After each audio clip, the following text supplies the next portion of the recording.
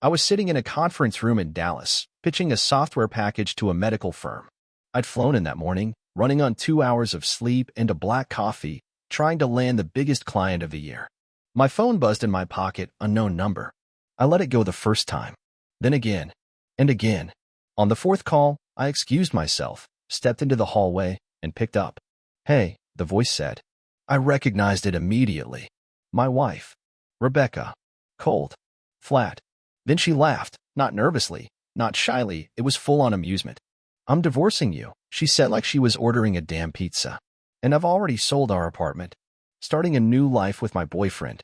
Good luck finding a place to live." I paused. Everything in my body froze except my hand gripping the phone. I stared at the glass wall reflecting my own stunned face. "Sounds good," I said, as calmly as if she told me to pick up milk on the way home. She chuckled. "Didn't expect that, huh?" Click. No emotion. No hesitation. Just cruelty in stereo. I stood there in silence for a full minute, trying to remember how to breathe. I walked back into the room, finished the meeting like nothing happened. My heart was collapsing, but my voice held steady. Professional. Unbreakable. The next morning, I caught the first flight back to San Diego. I didn't call her. Didn't text. I wanted to see it for myself. When I opened the door to our apartment, my apartment, I could hear music playing. Not our usual playlist. Something trashy, like a teen party soundtrack. I walked in, and there she was. Wearing a silk robe I bought her in Italy, sitting cross-legged on the couch like a smug little queen. Nails painted red, drink in hand, phone in the other. She looked up and smirked like she'd been waiting for this showdown. "Oh," she said, blinking slow. "You're early." Her smile, that arrogant little smile, disappeared the moment she noticed I wasn't panicking. I put my keys on the counter like it was just another Tuesday. "How much did you get for the apartment?" She shrugged. "Enough to make sure I never see your boring face again." "Cool," I nodded. "Hope you told your little boyfriend about the second mortgage." That wiped the grin clean off her face. "You idiot," she hissed. "You're bluffing." I stepped closer. "Check the drawer in the study. The papers are there. You signed them last year without reading, remember? You were busy binge-watching your true crime, obsession, and clicking through bikini pages on Instagram." That hit her ego like a punch. She stood up, face red, robe slipping off one shoulder. "You piece of garbage. You always think you're so smart. You're not. You were just a paycheck I had to tolerate. Do you know how hard it was to fake those moans for 4 years?" I didn't blink. "Did your boyfriend know you screamed my name last weekend? Or were those fake too?" She threw the glass at the wall. It shattered just behind me. I smiled. Temper, temper. Then the door opened. He walked in. Her new life. Chad. Yep, that was his real name. Backward cap, vape in hand, barely 25, wearing a hoodie that said CEO of nothing. I looked him in the eye. "You must be the upgrade." Rebecca rushed to him like I was the one who needed protecting. "Get out, Ryan," she snapped. "This is our home now." "You sold it," I said. "But you forgot the fine print. I still have access until the transfer is finalized. Which means I can sit here, take a nap, even take a dump in your new shared toilet." Chad looked confused. "Wait, I thought..." She glared at him. "Shut up, babe." I stepped toward the door. Before leaving, I looked back one last time. "Oh, and by the way," I added, "the money from the sale? It's frozen. Fraud investigation. Good luck starting your new life with that." Then I left. I didn't go to a hotel. I didn't go to a friend's place. I went to the storage unit I secretly rented last month. Just in case. Because deep down, I knew. I knew this woman, the same one who used to stroke my hair and whisper lies in the dark, had claws hidden under every smile.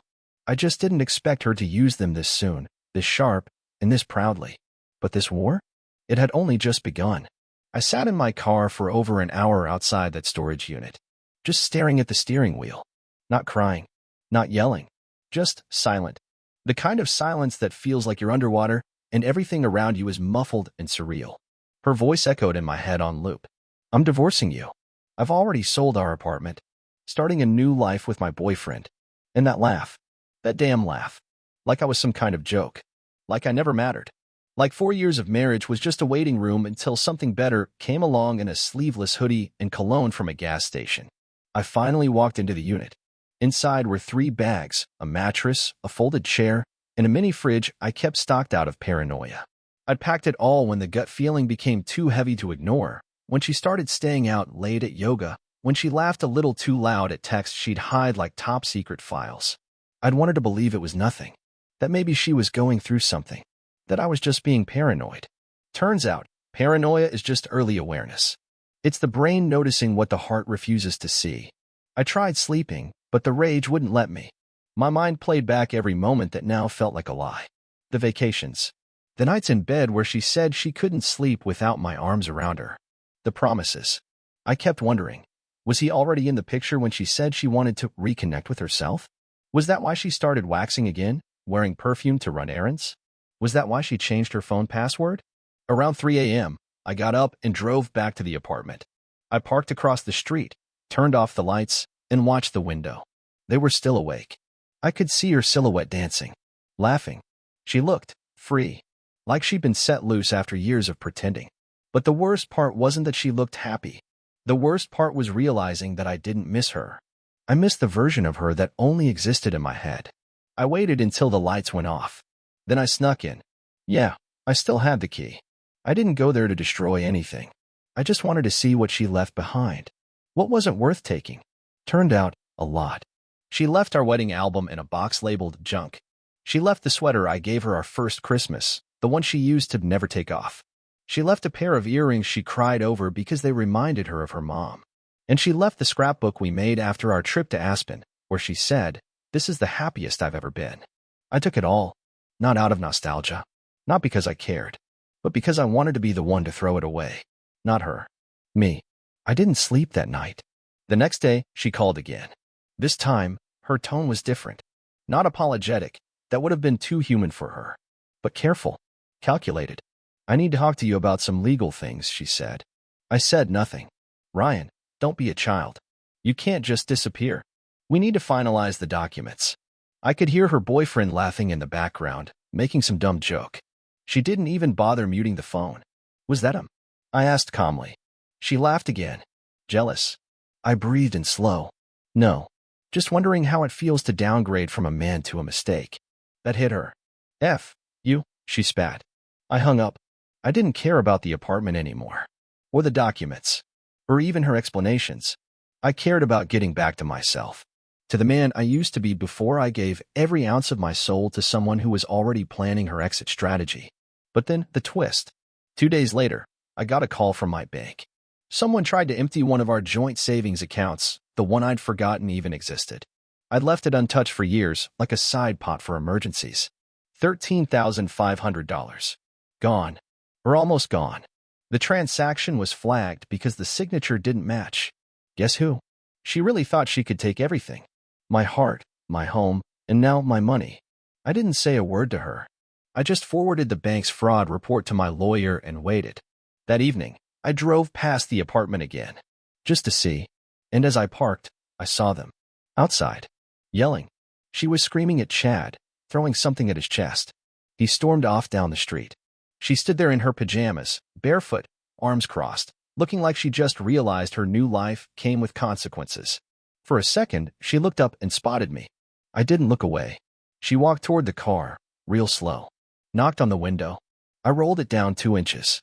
"You think you're so smart," she hissed. "You think you won." I stared at her.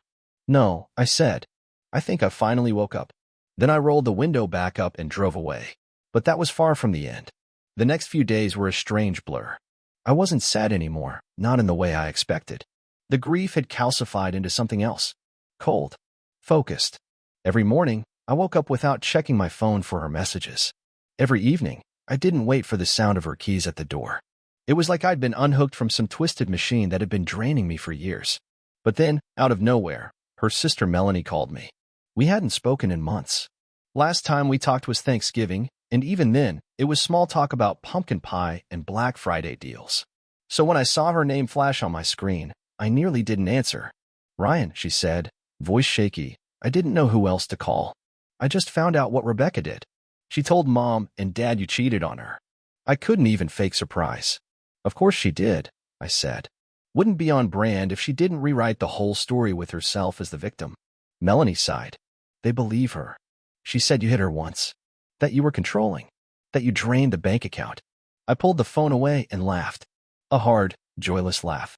She's setting the stage, I muttered, planning her next act. Melanie was quiet for a moment. She asked me if I knew anyone who could get her a quick marriage certificate overseas. She's talking about moving to Costa Rica with that guy. Said she's done with this country. That caught me off guard. She's serious? Melanie hesitated. I don't know. But listen, she also told Chad that you were stalking her. That if anything happened, it would be you. That's when I realized what she was doing. She wasn't just trying to ruin me financially or emotionally, she was covering her trail, preparing for something worse. I hung up and called my lawyer. We spent the next few hours gathering every message, email, and bank statement. I filed a restraining order against her. I needed it on record that I wasn't the threat, because deep down, I had a sick feeling she was planning something desperate. 2 nights later, I got my confirmation. Around midnight, someone tried to break into the storage unit.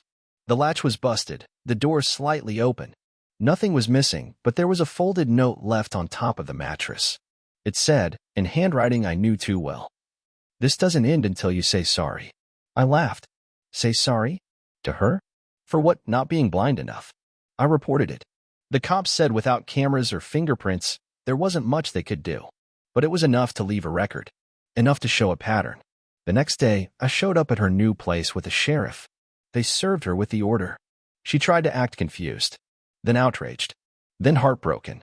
She cried on the doorstep, in front of the neighbors, screaming, "He's ruining my life." I leaned in, just close enough for her to hear me. "You ruined your own life the second you thought I wouldn't fight back." And for the first time, she looked scared. Not because I threatened her. I never raised a hand, never even raised my voice. But because she saw it in my eyes. I was done being her doormat. Done playing nice while she played dirty. And people like her? They're only powerful when you let them think you need them. She backed away and slammed the door. I stood there for a moment, breathing in the silence. I was free. But freedom, I was learning, isn't just walking away. It's watching the fire she lit burn her own damn house down. And never needing to throw a single match. A week passed without a word from her. No calls, no messages, no drama. It felt like the eye of the storm. Quiet, but heavy. I knew her too well. Rebecca didn't go quiet because she gave up. She went quiet because she was planning. I started rebuilding. I met with a real estate agent and started looking at condos. Small, simple, clean. I picked one with big windows and no memories. I signed the lease the same day and moved in with nothing but 3 suitcases and the laptop I'd used to build our entire business. My business now. She had nothing to do with it, despite how she used to brag at dinner parties that she was co-founder. She wasn't even admin on the company email. Still, I kept one eye open. Paranoia isn't always paranoia when you're dealing with someone who thrives on chaos. Then one night, while I was settling and organizing books, setting up the TV, my phone buzzed. A number I didn't recognize. I almost ignored it. Then I answered. "Hey, it's Chad." That voice, nervous, shaky, not cocky like before. "What the hell do you want?" Listen. I know I shouldn't be calling you, but I don't know who else to talk to." I left her. I sat down. "Why are you telling me this?" He exhaled. "Because she's crazy, man. Like, actually dangerous. She smashed my laptop last night because she thought I was texting another girl. It was my sister. And she's been talking about faking an injury, saying you hit her. Like, full on trying to set you up." I closed my eyes. There it was. "I'm not surprised," I said. "I warned you." "She said if I talk to you, she'll ruin my life," he said. "But I can't do this." I moved out. She's losing it. Screaming at herself in the mirror. Drinking every night. Talking to people who aren't there. I let the silence hang before I replied. "She'll come for you next." "Don't say I didn't warn you." "She already did," he whispered. "She sent my mom screenshots of fake messages between me and some OnlyFans girl. Made it look like I was cheating. My mom won't even talk to me now." I almost felt bad for the kid. Almost. "Cleaned your hands of it," I said. "And pray she doesn't know your social security number." I hung up. That night, I changed all my passwords again. Set up 2-factor on everything. Froze my credit. Just in case. I thought that would be it. That maybe she'd spiral out, burn through her bridges, and eventually disappear into some sad Instagram account where she reposted quotes about healing and rebirth while drinking herself into oblivion. But then, she showed up. Middle of the day. My new condo. I opened the door to grab a package, and there she was, standing 2 feet away, smiling like the devil in red lipstick. "Nice place," she said. "A little sterile, but fitting." I didn't answer. Just stared. You didn't think I'd find you? She tilted her head. You always underestimate me. I'm calling the cops, I said. She rolled her eyes. Oh, please. What, for standing on a public walkway? I stepped inside and closed the door. Locked it. Pulled down the blinds. And for the first time, I felt something unexpected. Pity. Not because she was broken, she'd always been broken, but because she still thought she had power. I watched her through the peephole.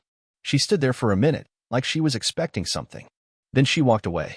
The next morning, I got an email from an unknown address. Subject line: Miss me yet? Inside was a single photo. Me. Sleeping.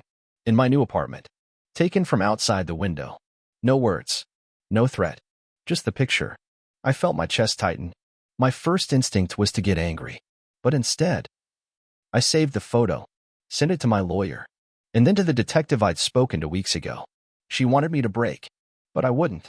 Because the truth is, Rebecca wasn't the first liar I'd dealt with in my life, but she was the last one I'd ever let close enough to hurt me. The detective called me back within an hour. She's testing you, he said, seeing how far she can push. People like her don't stop until someone pushes back harder. I already have a restraining order, I replied, pacing across the hardwood floors. What else can I do? We'll escalate it. I'll file for a temporary protective order with photographic evidence of stalking. You'll need to install cameras, keep a journal, every incident. And if she comes back again, don't engage. Just call us. It wasn't what I wanted to hear. I wanted her locked up. Wanted someone to sit her down and explain how utterly messed up she was, how no normal human behaves like this. But deep down, I knew no one could fix her. Not therapy. Not prison. Not even the reflection in the mirror. That same night, I installed cameras inside and outside the condo. Bought a motion sensor light. Slept with a crowbar under the bed, not because I planned on using it, but because peace of mind has a price. I started recording everything. Not out of fear, but strategy. She thought she was running a game, but now I was playing too. A few days later, I got a call from Melanie again. She's in the hospital. My pulse didn't change. Why? She tried to swallow a bottle of pills. Left a note blaming you. Of course she did. She'll be okay, Melanie added quickly. She made sure someone found her in time. Left the door unlocked, messaged her friend a minute before. She wanted it to look dramatic. Not real. It made sense. Rebecca wasn't suicidal. She was manipulative. Everything she did was a production with an audience in mind. Did she mention me by name? In the note? Yes, she said, but in a weird way. Like she was still in love with you. Said she couldn't live in a world where you hated her. I stared at the ceiling, the phone hot in my hand. I don't hate her. You don't. No, I said. You can't hate someone who's already dead to you. After I hung up, I thought about what it meant. That she could orchestrate her own fake overdose just to play the victim again. It was like watching a snake try to cry. The tears were there, sure, but only because it got caught slithering through fire. The hospital stay only lasted 48 hours. Then she checked herself out. And that's when she made her next move. I got home one evening to find a note under my door. It wasn't folded. It wasn't hidden. Just placed there deliberately. I'm pregnant. 2 words. No name. No proof. No context. I stared at the paper like it might catch fire in my hands. My first instinct? Doubt. Second? Rage. Third? Sadness. I couldn't stop asking myself the question, what if she's not lying? But then I remembered who I was dealing with. A woman who faked abuse. Faked victimhood. Faked love. Of course she'd fake this too. I called Chad. He picked up on the 3rd ring. Yeah, she's saying she's pregnant. Dead silence on the other end. Then a groan. She told me the same thing last month. Did you believe her? Not for a second. She drinks like a fish and said she missed her period because of stress. When I asked for a test, she said I was disrespecting her womb. I hung up. That was the moment I finally let go of the last string holding her to any part of my soul. I could have raged, screamed, sent a lawyer to her door, but I didn't. Instead, I did something that hurt her more than anything else I ever could have done. I ignored her. No reply. No text. No reaction. Because you don't negotiate with emotional terrorists. You starve them. And that silence, it was louder than any insult, louder than any revenge. It told her, you don't matter anymore. Not even enough to hate. 2 weeks passed. Silence. Not a single call. No text. No shadow outside my window. No random emails from fake accounts. No strange packages at my door. It was like someone had pulled her plug. Or maybe she'd found a new victim to bleed dry. Either way, I didn't care. I slept through the night for the first time in months. Ate food that didn't taste like cardboard. Looked in the mirror without flinching. But peace never lasts long when you've been marked by someone like Rebecca. One afternoon, I got a call from a blocked number. Against my better judgment, I answered. Mr. Callahan? Yes. This is Detective Lanes with SDPD. We'd like you to come down to the station for a quick statement. It's about a recent report filed against you. My jaw locked. By who? I think you already know. I showed up the next morning with my lawyer, Miles. We sat in a sterile office while the detective clicked through a file on a cheap laptop. Then he turned the screen. There she was, Rebecca, sitting in a room just like this one, eyes wide, voice calm, a single tear rolling down her cheek like it had been rehearsed. She claims you broke into her apartment 3 nights ago, the detective said. Said you waited inside, screamed threats, and left a threatening note. She's lying, I said flatly. I figured, he replied. Your lawyer already provided your alibi, restaurant security footage, time-stamped Uber receipts, and surveillance video from your condo building. We're not pursuing charges. But she's pushing hard. Miles leaned in. We want her charged with filing a false report. The detective nodded. We're working on it. But people like her know how to dance around the system. This was her shot. It didn't land. Be ready for the next one. I walked out of that station cold and tired. Not scared. Not angry. Just done. But then something happened that flipped everything on its head. That evening, I got a call from Melanie again, only this time, she wasn't panicked. She was excited, nervous, breathless. She slipped up, Ryan, she said. She confessed. In front of me. My boyfriend was recording on his phone without her knowing. What did she say? She said she faked the pregnancy, the overdose, and the break-in story. She even said she sold the apartment illegally by forging your signature. My heart stopped. You have the recording? I'll send it now. And she did. Crystal clear audio. Rebecca bragging, like she was recounting her greatest hits. Talking about how easy it was to manipulate the cops. How Chad was just a phase. How I was too soft to ever come after her legally. I forwarded the file to my lawyer before the call even ended. The next day, a civil suit was filed. Fraud, defamation, harassment, perjury. She didn't respond at first. Then her lawyer sent a shaky email asking if we were open to negotiation. I didn't reply. This wasn't about revenge anymore. It was about setting fire to the paper trail she thought she could hide behind. By week's end, her accounts were frozen. Her assets under review. She couldn't sell, move, or even book a flight without alerting the courts. And just like that, the girl who thought she could break me shattered herself. The last time I saw her was in court. She walked in with dark glasses and a cheap black suit, trying to look like a victim. But the mask was cracking. Her eyes were hollow. Her hands trembling. She didn't speak once. I did. I told the judge everything. Calmly. Factually. No venom, no theatrics. Just the truth. The audio helped. So did the video footage. The forged documents. The restraining orders. The detective's statement. When I finished, she couldn't even look up. We were dismissed. No prison time, not yet. But full financial restitution. Legal restrictions. Psychological evaluation. And me? I walked out of that courtroom a free man. Not because justice was perfect, but because I never let her destroy me. I won. By surviving. Life after Rebecca wasn't some magical rebirth. There were no fireworks. No deep spiritual awakening. Just quiet. And I didn't realize how loud she'd been in my life until that quiet settled in. I moved through days like a man learning how to walk again. Slow. Careful. Checking my footing with every step. Every noise at night still made me flinch. Every blocked number still made my heart spike. But each day, that fear faded just a little more. I started fixing things I didn't even know were broken.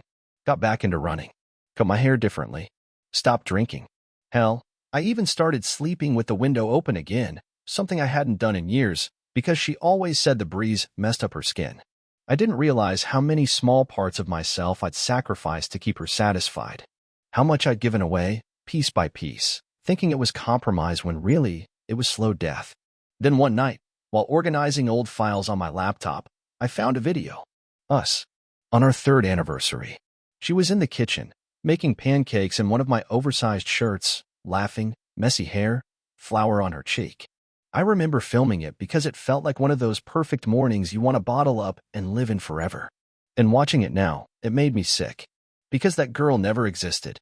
Not really. She wasn't laughing because she loved me. She was laughing because she could. Because she knew I adored her. Knew I would do anything. And she thrived off that power like oxygen. I deleted the video. And it didn't hurt. It felt like cleaning a wound that had already scarred. I started dating again. Slowly. Cautiously. I wasn't looking for anything serious, just conversation. Company. A reminder that not all women lie with their eyes open. And somewhere in that slow re-entry into the world, I met Lauren. She wasn't flashy. She didn't try to impress me. She asked questions, actually listened, and didn't flinch when I told her I'd been through hell. She didn't try to fix me. She just let me exist. And that, somehow, was everything. One night, we were sitting in her apartment, legs tangled, talking about the dumbest things, like how cereal should always be poured before the milk. She leaned her head on my chest and asked softly, "Do you still think about her?" I was quiet for a long time. Then I said, "Not her. Just the damage she left behind." She nodded. "That's fair." And that was the thing. With Rebecca, everything had been about dominance, power, control. But with Lauren, it was just human, honest, no games. And I realized something important. Rebecca didn't destroy me. She exposed me. She showed me what I let slide, what I tolerated, what I thought was love but was really just survival in disguise. And now, I know better. I know what red flags look like, what manipulation feels like, what silence can mean, and when it's dangerous. I don't smile much when I talk about those years, but I don't hide from them either. Because every scar I earned with her reminds me that I walked through fire, and I came out the other side, burned but breathing. So if you're reading this, and you're with someone who lies to your face, laughs at your pain, and tries to convince you that you're the crazy one, leave. Don't wait for the perfect exit.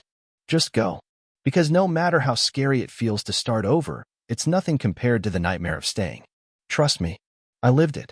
And I survived. It's strange how survival doesn't come with a finish line. There's no banner that drops from the sky saying, "Congratulations, you made it out." One day, you just realize, you don't flinch when you hear their name. You don't rehearse arguments in the shower. You don't wake up with your heart racing because of some memory that clawed its way into your dreams. You just live. I started going back to old places. The coffee shop I avoided because we used to sit in the corner booth and argue over nothing. The beach where she told me, with fake tears in her eyes, that I was too safe for her. The bookstore where I once waited 3 hours for her to show up, only to get a text saying, "Got caught up. Sorry, babe." I walked into every place I'd once avoided and reclaimed it. Not for revenge. Not for some dramatic closure. But because I deserved to exist without her fingerprints on my life. And it hit me one night, standing in line for a movie, holding Lauren's hand. I wasn't scared anymore. Not of Rebecca. Not of love. Not of myself. Because I'd faced the worst someone could do to my heart and still had the courage to offer it again, not recklessly, not blindly, but fully aware of how fragile it was. I don't believe in karma. Not really. But I do believe in consequence. The last I heard, Rebecca tried to scam another guy, forged a lease in his name, drained his savings. He pressed charges. She's facing trial. Part of me wanted to feel triumphant, vindicated. But mostly, I felt nothing. Because revenge isn't making them suffer. Revenge is no longer caring if they do. So, if there's one thing I'd tell the guy I used to be, the one who stood in that hallway, phone to his ear, hearing his wife laugh while saying, "I'm divorcing you, and I already sold the apartment," it's this. She didn't break you. She broke the illusion. And that might be the best damn thing she ever did. Now, I live with the windows open. No secrets. No shadows. And every breath I take feels like a quiet promise to myself. Never again.